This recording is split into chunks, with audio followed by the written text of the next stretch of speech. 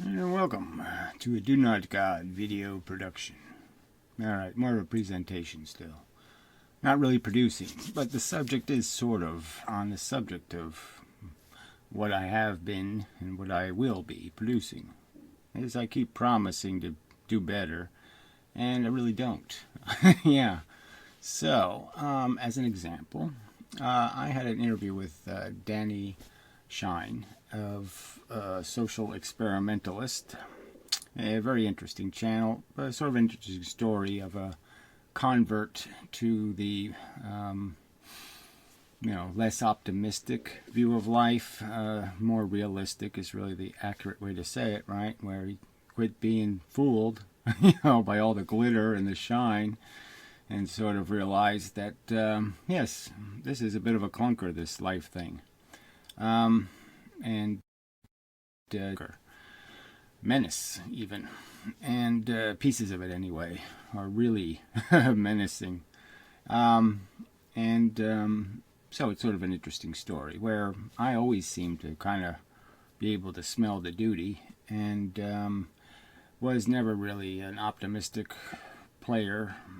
Always, right from the start, was not too enthusiastic. Didn't think it was all that pretty or beautiful. Didn't think it smelled all that great. Maybe it's because I grew up in an environment where there were lots of bugs. I don't know. It just seemed kind of, hey, what are they for? Hey, why is this way? Everything seemed a little bit broken.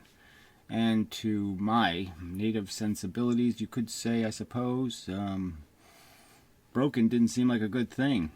And so I kept investigating this broken thing and figured out that they don't have any good reason at all. I mean, you ask the adults, why is it broken? And they just go, well, we just haven't got around to fixing it. Or something like that. Silly answers. Anyway, so two contrasting personalities. He's from the Great of the Britons, England, I think. And I'm not. So we do have different personalities and different ways of saying people shouldn't, be very enthusiastic about supporting this machine, this mechanism.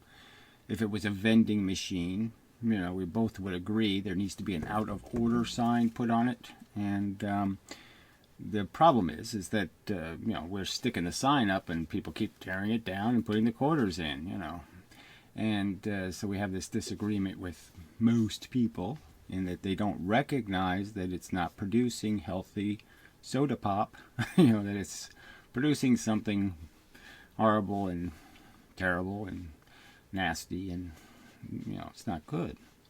So anyway, so there's a way of interacting with the world, blah, blah, blah. So anyway, we did this conversation thing, and the quality of the video basically sucks, and for a lot of reasons.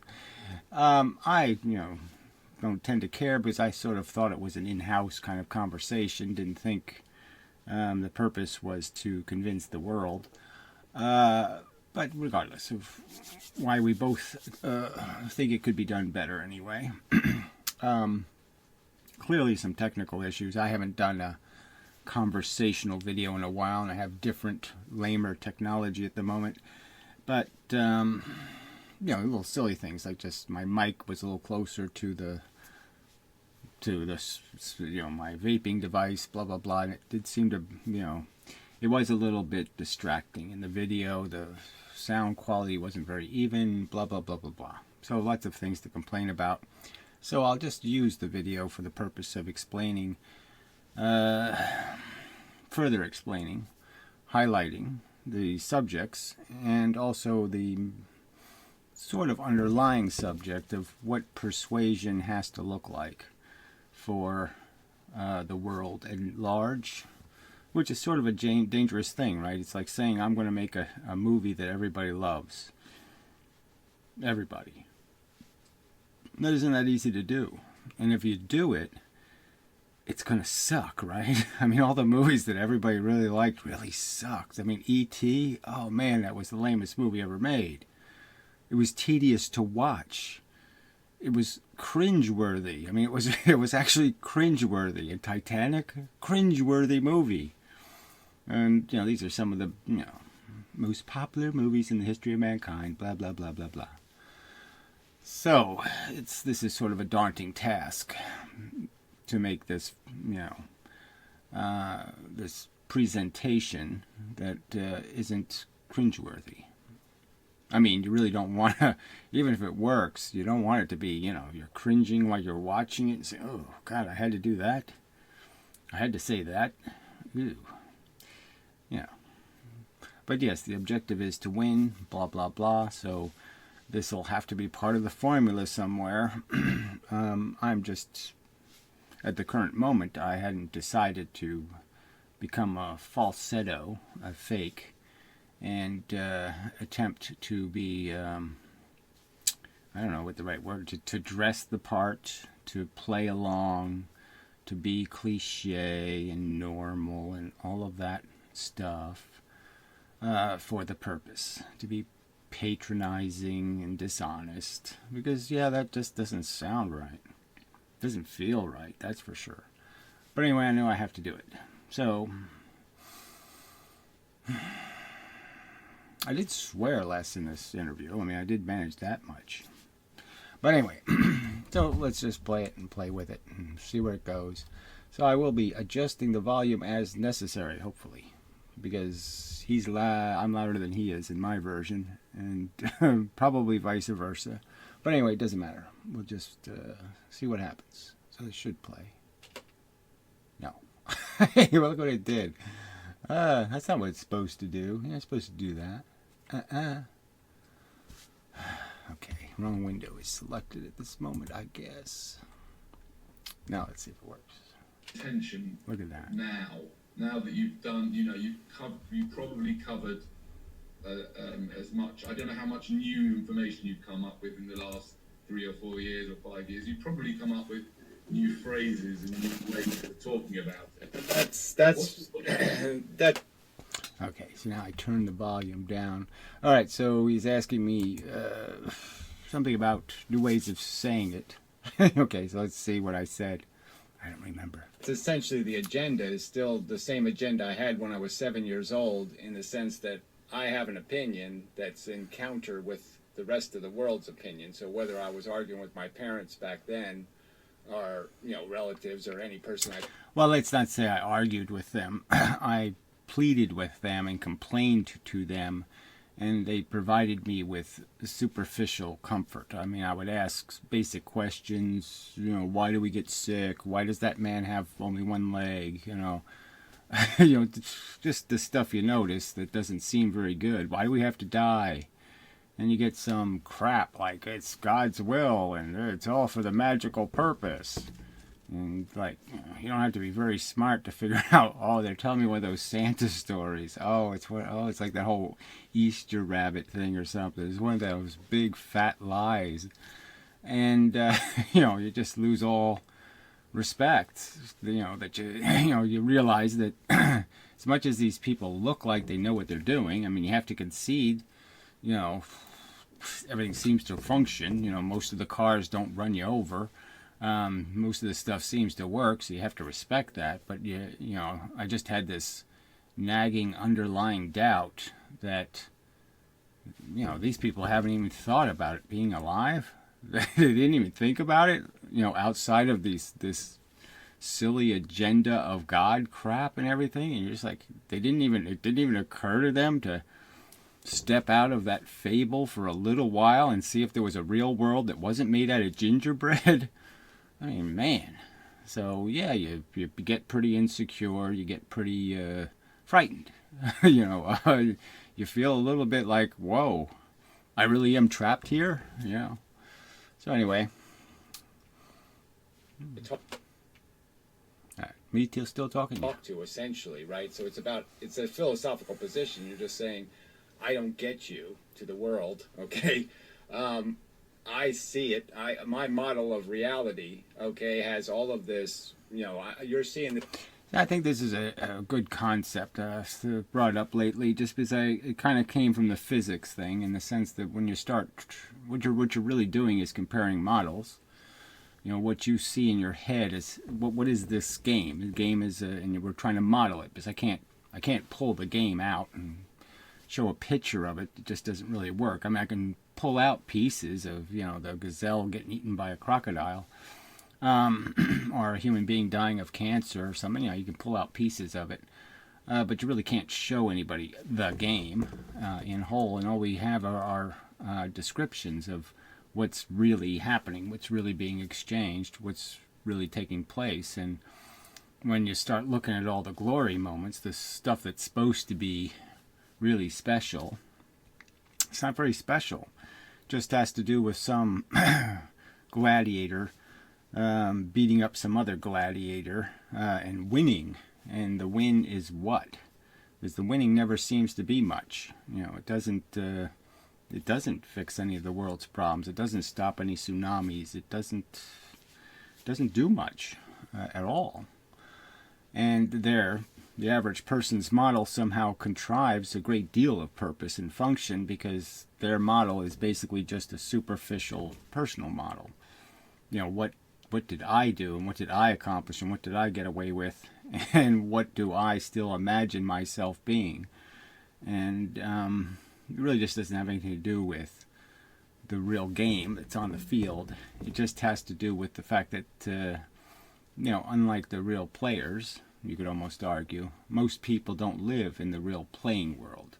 They don't take a whole lot of risks, and they don't know the agony of defeat, in terms of catastrophic, nor the great victories.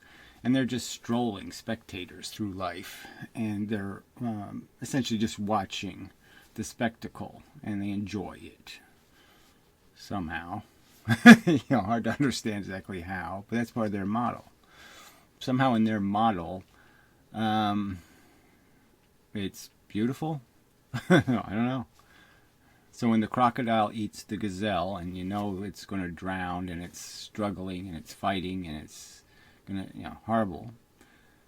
Somehow in their model, yeah, that was a good time. Eek. I mean, there are people, they're doing it right now, and they're in countries where it's okay to do dog fights and cockfights and all kinds of other stuff, and they're watching that stuff and betting on it, having fun watching it. So, for those people, this argument is, the models are really, really different. They're doing really, really bad things, really bad. Just really bad, and by my model. And somehow in their model, it's okay. No problem. So anyway, that's the real argument, is that and the model is just made up of, how you think the walls of the maze are built, and what are they built out of. Is there a real agenda, or is it all just psychobabble? Is it all just optimism bias and adventurism and, unsatisfied inferiority complexes where, people need to think that they are something much bigger and better than they really are, aggrandized visions, fantasies, fables. So I guess I'm arguing, yes, their model's full of gingerbread stories, stories that don't have anything to do with reality. This champion on top of this hill, holding his golden sword, and all I see is the skulls and the bones and the flesh hanging off, and and so to me it's just always been, how do I communicate and how do I explain that what I see isn't anything like what you're describing your world to be. So whoever I was talking to was always describing a world I'm not seeing, okay? I'm not seeing where it's all, somehow we're doing something really cool.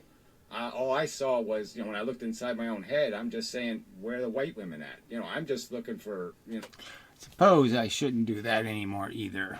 That's an old joke from 40 years ago on Saturday Night Live, Eddie Murphy.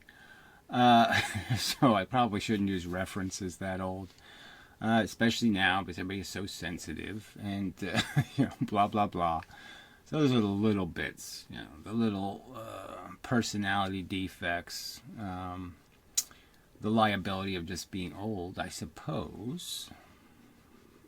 Some of that, anyway. All right, continuing. Anyway, apologies to anybody offended. This happens to be a fact. But yeah, let's forget that it actually does describe a real phenomenon. Let's just pretend, because it's disparaging.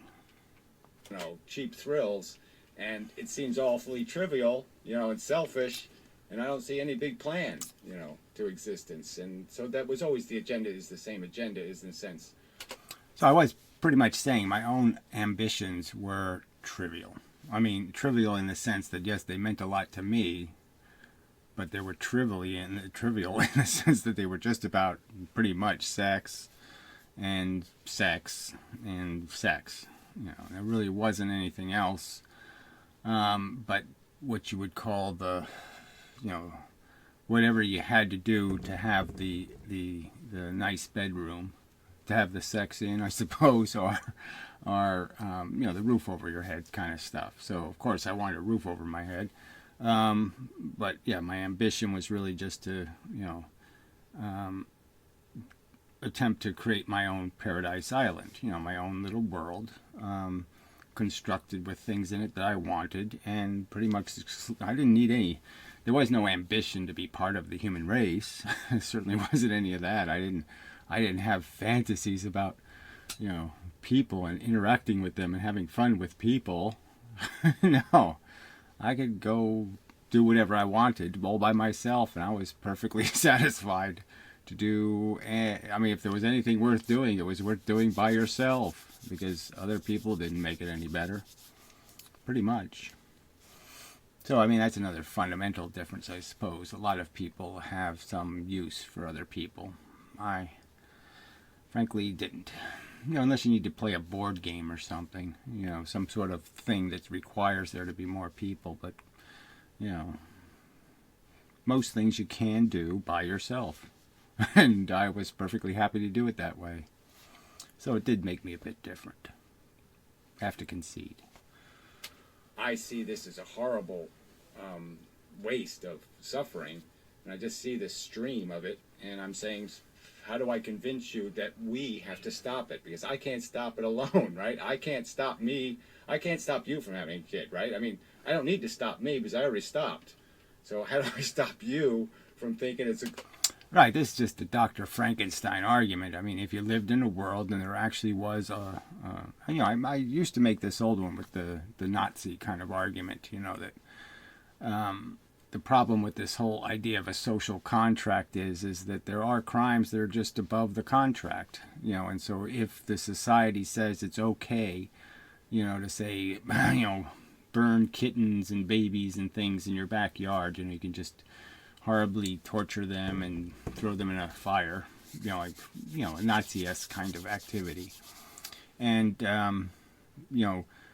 society might say, well, you can complain if there's smoke blows into your yard, or if it's getting ashes on your roof, but you can't do anything. They're allowed to be assholes. They're allowed to be evil. Because the society, the majority thinks evil is fun and good. The social contract's going to be a little bit meaningless after a while, because you're going to be hearing it, and smelling it, different things, and it's going to be in your face, and you're not going to be able to run away from it and delude yourself that it's not happening because it's not happening to you personally. You're going to be bothered, and you're going to be motivated to stop it. So anyway, so the problem is that I can't stop it as an individual. I have to stop it as a democracy, or as a collective. We have to pass the new law, okay, that you can't do that crap, that you can't impose unnecessary and frivolous risk, that you're not allowed to drunk drive, or optimism bias drive, or deluded fantasy drive, or any of that stuff. You're not allowed to strap your kid into your rickety roller coaster of bullshit and say it's all okay if a few hundred of them, or a few thousand, or a few million fly out and land on the ground funny and are damaged forever and all of that. No, it's not okay. Something like that. Good idea to keep making victims. So I'm going to come back. All right, so we'll increase the volume. Right. Should increase it more, maybe. Back to that question in a minute, but before I do that, if I'm going to put this up on my channel, there's going to be thousands of people watching this that will, many of them will have been introduced to these ideas through my videos, because I've made, other than they won't have seen the Superhuman Dance video, but they will have seen, I've made about 35 videos in the last year. All of them have got some kind of connection to antinatalism. Yeah, which seems strange in terms of context. I mean, obviously your audience has already been well introduced. I mean, he's gone on the street, with a bullhorn, and basically mocked people for being too ugly and silly to reproduce. So you would think that whatever I could do in terms of saying something isn't going to be all that shocking. It's a statement. I mean, I'm kind of direct and rude in the sense crude, let's say, in my language. But, I am something people have to click the button. I'm not yelling it in their living room or something. But anyway. Because the way I feel about it, and I don't speak about it so much directly to YouTube. It's always done with my style of intervention in public spaces. But the way I feel about antinatalism is that it has trumped everything that I've done before. All the causes that I've spoken about, and all the corruption that I've exposed, and the madness of our lives that I've spoken about and exposed, all pale into insignificance now that I've found out about antinatalism, nepotism, all those things. Well, fit. Yes, likewise. I suppose, right? I mean, it's, I have to say that I sort of came to all these, all the conclusions were, who knows what order. But some things you keep getting away with. I have to say I was probably an anti-natalist, in the sense I didn't see anything productive in human expansion in any way. Found the, population numbers, disturbing. Probably before I was able to accept that eating meat was not something you could continue to rationalize. Because that's the catch of it, right? If everybody else is doing it, you're just like overwhelmed. Oh, well, I'm not going to really fix the problem, right? It's already dead. It's sitting right in front of me. If I don't eat it, how am I fixing the problem? Right, but you got to go a little further and understand that, no, it's not just about this one organism. And it's about the overall pressure created, the financial pressure created to create the next victim. And that's the next victim you're trying to protect by reducing the pressure in society to make that next victim. But I'm just saying it does get to be, when you're one person in a family, well, what's the difference? I'm pretty much eating what the rest are going to throw out anyway, blah, blah, blah. So it's easy to make excuses. So I did make excuses until I was grown up enough, 18 or so, and I started saying no mas. I ain't going to do that anymore. If I can avoid it. So anyway, so the point here is, I don't remember. Yeah, so we lower the volume. So anyway, I think I'm bringing up old Fan here in the sense that she did, in an interview on Head in the Box Guy, say something about it that's kind of a phrase that I thought was a reasonable statement about how this is like the last civil rights movement. That once you figure out all the kind of rights people should have, in terms of rejecting religion and defining your own identity and being who you are rather than being what they force you to be, and all these other kind of rights, that the real civil right is the right to say no. I don't want to be the victim of your game. So until you can play your game without making victims, I'm going to assert the right of the future bothered person. I'm going to give him voice and say he's going to be just like I am. He will be, and he's not going to appreciate the fact that you stepped over his welfare to get what you wanted. And I'm going to assert that right. That kind of thing. And used a phrase in an interview that she did where she called it the last frontier of the civil rights movement. The final frontier. I mean, it's the ultimate civil rights movement in the sense of it's the ultimate victimhood prevention argument you can make. There's no further cleaning up to do. This is the answer. Right. So I think that's another point I sort of wanted to emphasize is that none of the sort of made this point in the conversation. I remember somewhere. I'll try to make it a little bit differently. But like with the fairy tales, they don't provide real answers or real explanations. It's just this, then they lived happily ever after. So there's no having to defend the fact that, no, they really didn't. They get cancer, they get divorced, they get all kinds of crap, and it's not happily ever after. It's disaster soon to come and fall down the cliff and die.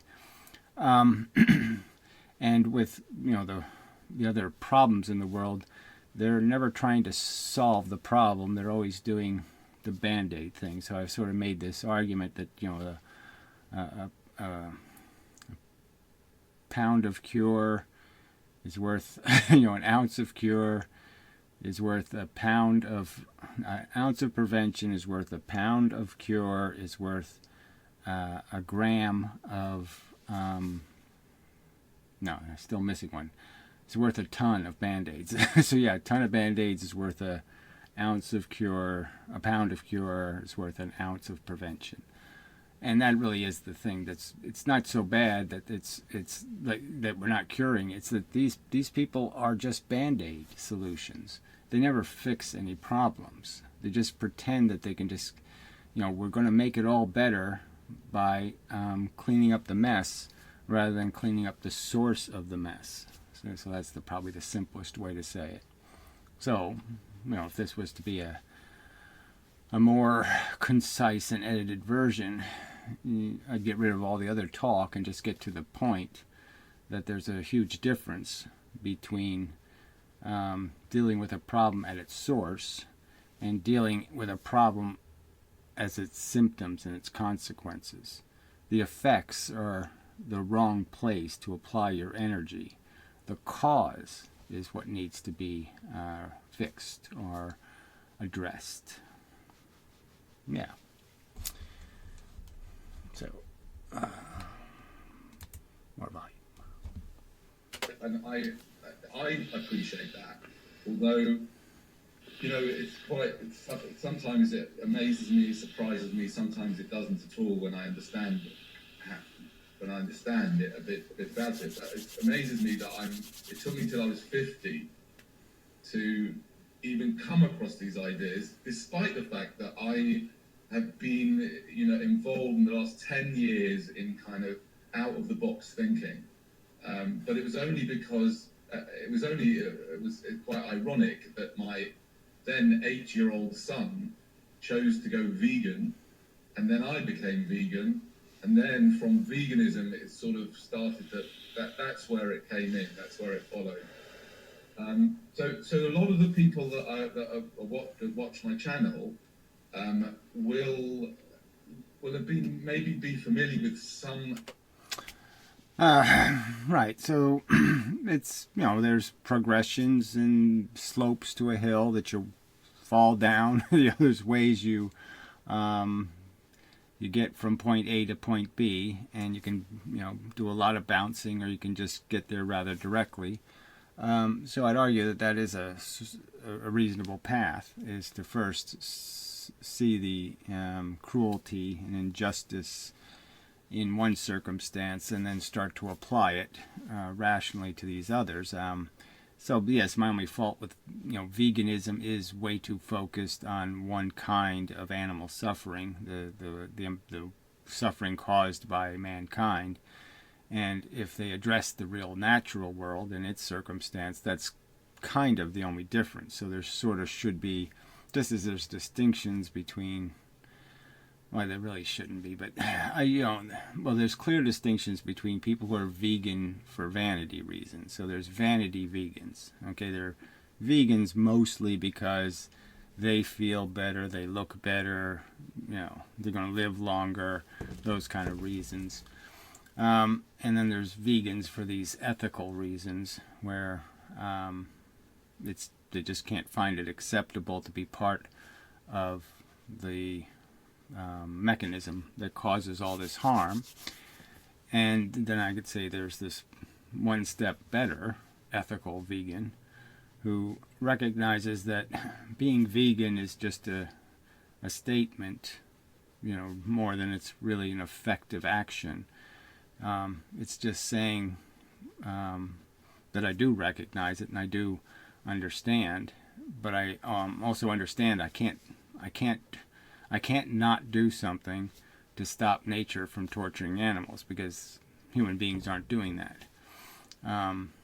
But there's a philosophical consequence in that once you realize that you can't fix that, then the game has to go. It's part of the game, and it's the main reason why the game can't be fairly, economically played, because all of those victims are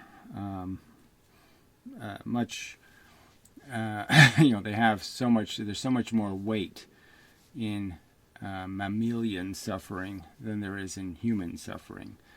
And it's a terrible lie for us to think we fix the human condition, or we fix the condition of animals associated with the human condition, that everything's just fine on planet Earth. And that's very far from the truth and such. This through what I do, but I've never really taken them through it all. Yeah, I don't mind. Loud. All right. I don't mind if we have a conversation just going through the basics of it. I mean, that's okay. I don't really have an agenda. I have a lot of notes, okay, I mean, of possible subjects, but I'll let you go the direction you want to go with. We can always do another video. It just, there's no, Sure. So yes, it was just a kind of come as you are interview and conversation. So I didn't know what was going to be addressed, or why, or the purpose, or any of that other stuff. So it's the way it is. Okay. So can you Yeah, right. Make it. explain, perhaps in whatever way you wish, in as concise a way as you can. But we've got plenty of time, so it doesn't have to be like that. But can you just share with people who may never even have heard of antinatalism, or they may have, but they don't know any of the arguments about it? Can you share with us, perhaps starting from the basics, your thoughts about this? Well, the basics would be, I mean, just an impossible sort of question. You're basically being told, well, can you take the dumbest, Christian perspective? How educated are they? Do they understand evolution at all? Because they really shouldn't have to explain to a conventional atheist who has had at least a high school exposure to evolution, maybe watched a few David Attenborough documentaries and whatnot, so has some understanding of the process. I really shouldn't have to explain to him how it's terrible attrition, and that the attrition happens to mostly the immature organisms, the young, and that they die brutally. And if those were human beings, even if they were human beings 50,000 years ago or 100,000 years ago, they'd say that's not acceptable, would they? Would they say it's all great game, or great sport, circle of life, horse poo-poo? Is that all they'd say? So if they were experiencing watching their kids die, getting half-eaten, being crippled and disabled and infected and all kinds of things, they'd say, oh yeah, it's all good fun. I mean, it's fine if that's their attitude. And again, I wish I could give them a little, wonderful little masochistic world where they can go beat the crap out of themselves. But the real point is they don't have a right to drag me into that little fantasy because I don't want to live in their daydreams of, wonderful life, dying of infections. It's just not my dreams. You really don't have a right to, like Freddy's Nightmare or something. You don't have a right to drag people into your delusions and say, it's good for them. Sorry, you just don't. Oh. Alright, what else? Let's see what else is on here. I'll take a break. You're basically saying, well, here we are, smart animals. So we could think about it as rats in a maze. And you come to the realization you're in a maze. So as the human race realizes, oh, I'm part of nature, I'm part of this animal kingdom, there's this evolution, there's different functions that I'm participating in, and they realize eventually they get smarter and smarter and can sort of rise out of the maze a little bit and look around and see. They can see their psychology. They can start to understand why men beat their wives, or they can understand some other element of these cause and effect relations. I thought this was a very good metaphor of just what it is, right? Human beings over the last 50,000 years or 20,000, whatever number you want to pick, they've just been doing this incremental jumping up and seeing if they can see what the game is, and they finding ways to climb higher, and they get a little bit of science and can make a ladder, and they can start to see the game they're playing, and they start to see the patterns in behavior, that, oh, women are sissies and men are foolishly reckless and these kind of the role playing and the all the psychology that goes with what the game really is that, yes, the males are playing an alpha beta game, and the competition is to impress the, and, well, I'm just saying, they can see the patterns and see why the patterns exist and what elements of us is created by the nature and what elements are created by nurture. So once we could travel the world and see that the Asian people are living quite different, and the Eskimos are living quite different, the North American Indians are living quite different, and then you realize that, oh, this is all really about a bunch of memes and totems, okay, individually built through little different histories, and that it's not some sort of innate biological function, that it's really just a bunch of ideas that people cling to, and little themes that they're run by, and in some tribes, they'll tattoo you, or in some other tribe they'll knock out a few of your teeth, they'll find all kinds of different ways for you to be tested, to be one of them, and all kinds of different trials to test your manhood, and lots of crap like that. So you see that it's just a game you're playing, and one tribe is playing Monopoly, and this one's playing Sorry, and this one's playing Life. Not really, but the fantasy version.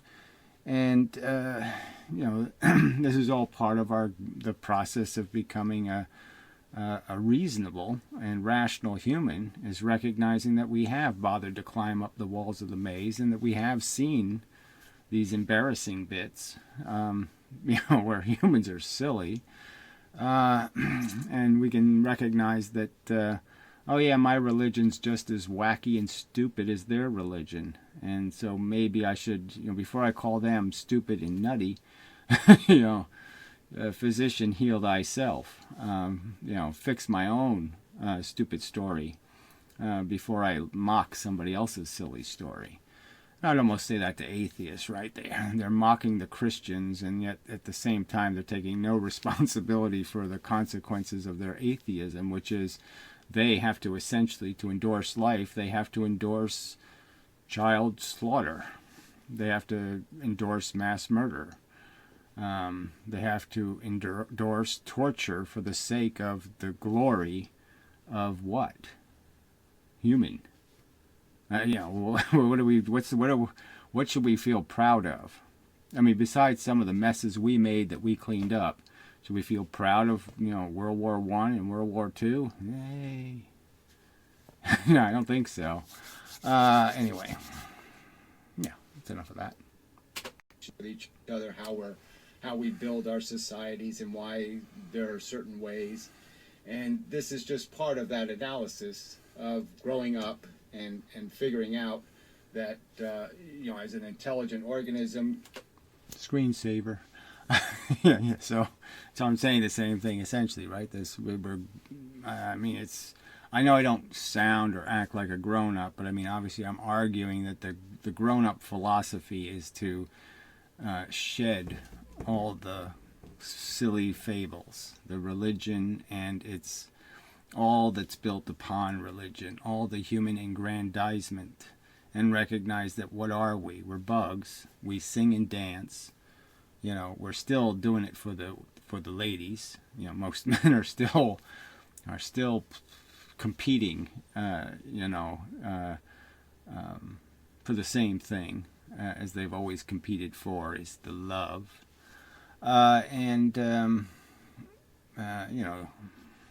It's just an extension of all of that Freudian crap is, pretty much the truth. Anyway. You have responsibilities. You realize there's inequities, or you realize there's something called unfairness, and so you look out into the world and you say, how can I correct this? How can I fix this? I start to realize. So that's a huge one, right? The idea of recognizing that deserve should have something to do with it, that it would be just absolutely idiotic to sit there and endorse a system that rewards the bad and punishes the good. But yet that's what we were supposed to believe, right? I mean, they're the black hats and the white hats, and they don't get what they deserve. Crime does pay. All of that stuff exists, and nobody should be satisfied with that. And it's certainly that way in nature. Nothing deserves these horrible fates, and it's just completely unacceptable. If it's the game you're claiming to be worthy of maintaining, you're putting money in the machine, you're feeding the machine, then defend it. And you can't defend. Only a psychotic can defend deserve should have nothing to do with it. You have to be irrational. Realize that, my kids aren't essentially better than other people's kids, and any kid is a kid, and any kid needs a break. So I probably went a little far afield to start talking about the whole psychology of parents, because that is such obvious psychology. I mean, it's just so obviously irrational to think your own kids are special. That's just clearly such a subjective bias and a prejudice that every human should be able to recognize that that's just totally inappropriate. That your brain shouldn't be thinking that way. It should be understanding that all of the kids, whatever value they have as a thing in the world, they have it by just being young and vulnerable and in need of help and instruction. And your devotion should be to all of their successes, not just to the success of your little precious one, as if your precious one deserves it. Okay, they deserve whatever cheat you can engineer for them, whatever advantage you can give them. Why do they deserve it? They don't.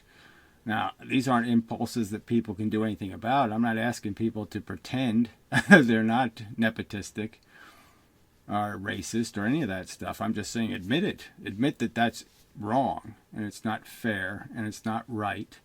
And if we're going to have a world, that can't be what's running it, because it's overtly wrong to think that way. It's overtly deluded for everybody to think their kid is special. It's retarded on its face as logic. It has no sensible justification. You start to realize that this is what you're doing. You're trying to solve problems in your life. You're trying not to make problems. You're trying to be a good human being. You're trying to be productive as a machine. I shouldn't have said that, because most people are just doing that from the narrow perspective of what's in it for me. So the only time they're economic is when they're getting paid to be it. Okay, when they're rewarded with green stamps, if they use a little less of something, they get a little star, a little gold star for showing up on time.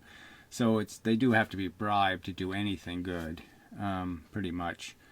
But that would be part of the analysis, is the recognition that it seems like people can't do anything without you having to bribe them to do it.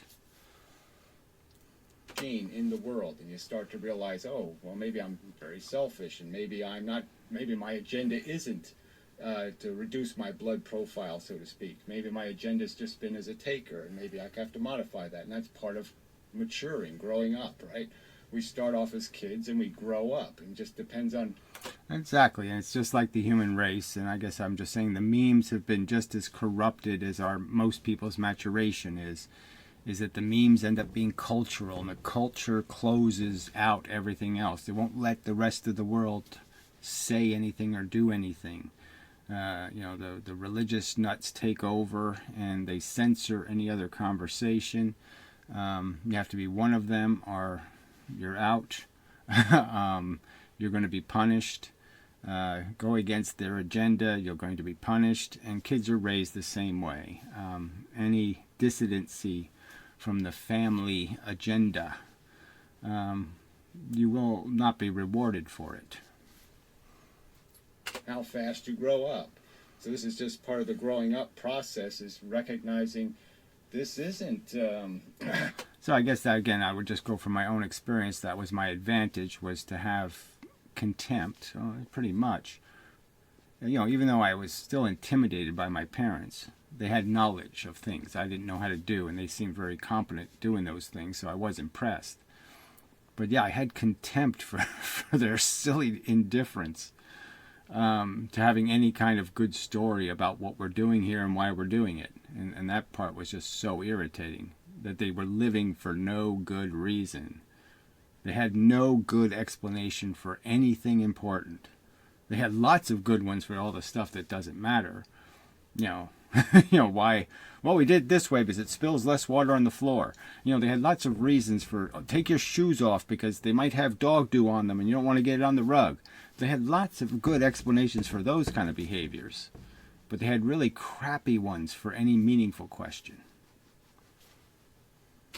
First, it isn't a single player game. It isn't about how am I doing? That's not the only question to ask. It's what am I doing? That's another question to ask. And then ultimately you're going to ask the question, what is this maze all about? Okay, why does it exist? Why are we in these interactions? Why are we struggling to do all these things? Then you realize there's this concept of evolution, and that, technically we're still bugs, and we can sing and dance, we can do some calculations, but yeah, so it's just, I keep emphasizing, but I think anybody who takes full responsibility for what evolution is, the overt destruction of copies, copies that are just as valuable as the one you've chosen to be the winner. All the rest of these copies all of them are harmable, and they will be disposed of in just gratuitous indifference. It won't matter how much they suffer. There'll be no mechanisms built into it to mitigate against it. Torture will be possible and allowed. It's not a rational game. It's not a game sensible adults would say, it's okay, yes, let's play the game this badly. I can use metaphors, but it's like if this was actually how, if you could actually show people the game, okay, and the fact that it is just creating disability and pain and suffering, and what did we get in the end? Goal! A goal was scored. Wow, isn't that special? It's just so stupid. Effectively we're being run as if we're just this machine that consumes and reproduces, and frankly, my brain's better than that, okay? It can do more things than just be a dumb soda machine. I don't have to be what I was programmed to be. I can be what my intelligence says is the right thing to be. So I can modify what I am, essentially. All right, so it's probably too strong words. I don't modify what I am. I just create another me that keeps me in chains.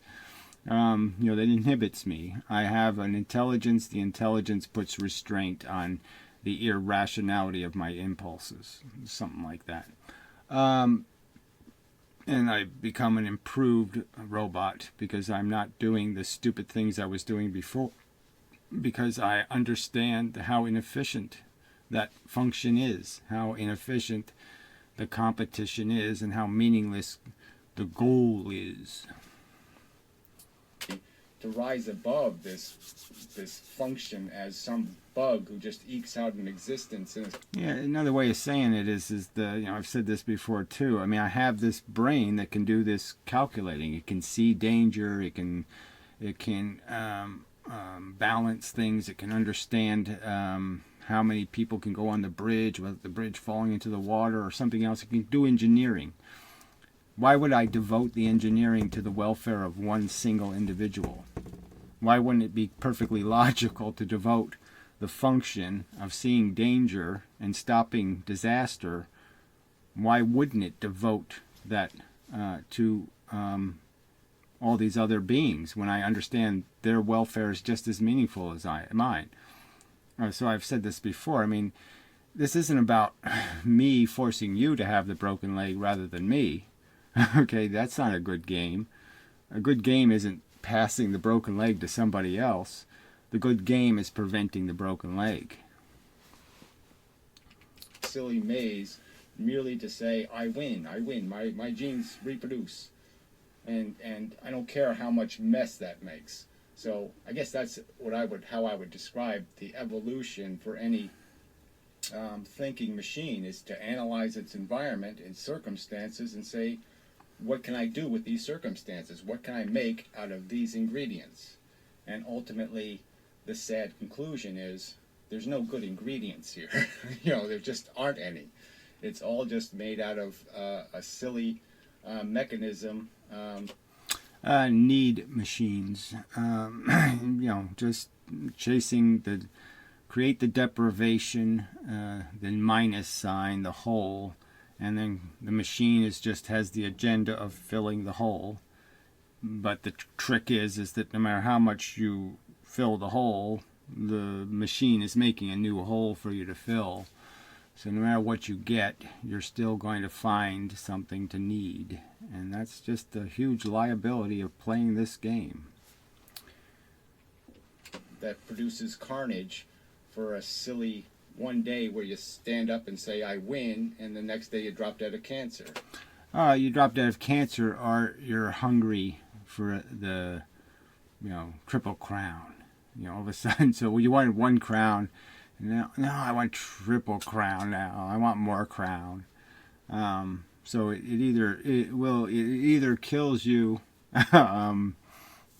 in some silly manner, you fall off the podium, or your satisfaction will only last for a little while, and then you'll start cheating on your wife, kind of thing. It won't be very long that you're satisfied, and all of a sudden you're going to want something else and something more. And that pattern, it happens all the time. It's clearly part of the sad tragedy of our existence, is that winning won't be permanent. It's just not a good game. Right. So, can you kind of, I don't know, I guess I feel, I want to sort of, how can I explain? Go back further and explain your understanding of evolution and, of evolution. And what you think of evolution. Well, yeah. So again, that's just hard to say what to do with a question like that. So again, it depends on who you're talking to. If you're talking about somebody who knows what evolution is, I shouldn't have to explain it to them. If you're talking to somebody who doesn't, then they're probably religious, and so first you have to have a conversation about why fables are really silly and that you shouldn't believe in them. Stories with no real evidence. That's belief without reason, faith. Now that's really, really, really a dumb concept. First you have to liberate the brain to do any, to think at all outside of a insanely narrow and I don't know. Like all I can say, you can call it all kinds of silly. Fables are silly. So anyway, might be enough for now. So I'll take a break. Probably can do that this way. So I'll be back maybe. Alright, finish up I think. So we'll listen to what I have to say on the subject again of evolution. I guess I'll go back again to how, for me personally, so when I was a kid, you were given these God stories and explanations. You were supposed to believe in God, and that's what you were supposed to do, and you're supposed to do the little Lord's Prayer kind of crap and pretend, and okay, you play along saying, okay, this is what you do when you're human. And then, like I said, somewhere around the age of 7, 6, I'd say it was 6, 5.5, I heard the word evolution. And I was kind of just in a casual way thrown the bone of, well, there is this other story. So there's this, it's God's will, that's one story, okay, God done it. But there is this other story that life is just comes out of the ground, so to speak. It just grew out of the earth, and the animals are, all made out of the same concept, and we're just the better designed one. That was my, as a young kid, kind of simple version of understanding evolution. But to me, that was just so brilliant. Oh, thank you. Something, I don't have to believe that silly story. Oh, thank you. And so for me, evolution was a great relief that the story wasn't incomprehensible mush and actually had some kind of like mechanics to it. Like there was actually a mechanical reason why snakes were snakes, and lizards were lizards, and dogs were dogs. Okay. Oops. Yeah, that's hit the wrong button again. See, all this technology stuff, you really got to conquer it. Yeah. Well, I obviously don't have a very high opinion. My first impression was I saw nature full of underdogs, and I was kind of rooting for it. But then I realized that there's so much more losing than there is winning. So I make comparisons to like sport, like the Olympics. Everybody feels really good when the guy's holding his gold medal, but technically there's you just created a whole bunch of losers, a whole bunch of lives where they spent 10 years of their life training and doing all this stuff, and they failed. And so there's a huge amount of failure for this one victory. And evolution is essentially doing the same thing. It's saying, okay, for the mere purpose of copying this DNA molecule, what we'll do is we'll send out a whole bunch of demonstration models, a whole bunch of things to be destroyed by the process, so we can filter out of it this one victory. So I don't know what the average would be for the so obviously I didn't know all that when I was 7, but I certainly had I didn't really have a knowledge that just how brutal it was. So I certainly knew that nature was nasty in the sense I saw stuff run over on the road. I saw human beings torturing animals, so I saw that happening. I saw that there was attrition, that if you were a caterpillar, you were likely to get burned off of a tree. Lots of nasty things happened. So I was well aware of the carnage, the downside.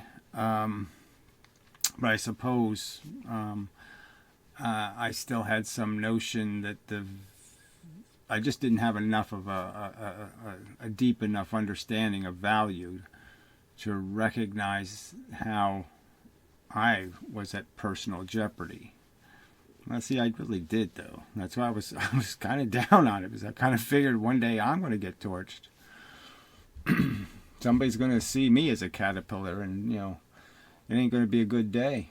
Average organism on Earth, but it would have to be in the hundreds of babies killed for every successful, I made it to maturation. I got to have sex. So for everything that successfully gets to reproduce, you have hundreds of children that are going to be brutally tested and slaughtered for the process. And that's just terribly inefficient. Now, if this machines didn't cost anything and there was no pain and suffering to be endured and if it didn't hurt to fail, then you'd say, who cares, right? So, I mean, it's one of the obvious points is just that, first you can't just do this, well, I don't have polio, so no problem. Obviously, that's retarded. And then when you start doing the real odds numbers, I mean, what's happening in the real natural world, it's not pretty. You're more likely. You really don't want to just randomly, pick the average living thing on Earth life, whatever that would be. You wouldn't want to live that card, because that card's going to be brutal, especially if you have to do it over and over again.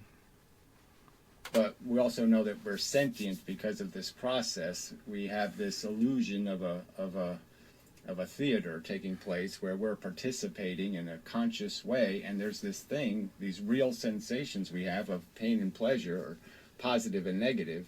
And the fact that you're having the positives doesn't mean the other people's negatives don't exist. And if you do the real calculation, again, it's mass murder.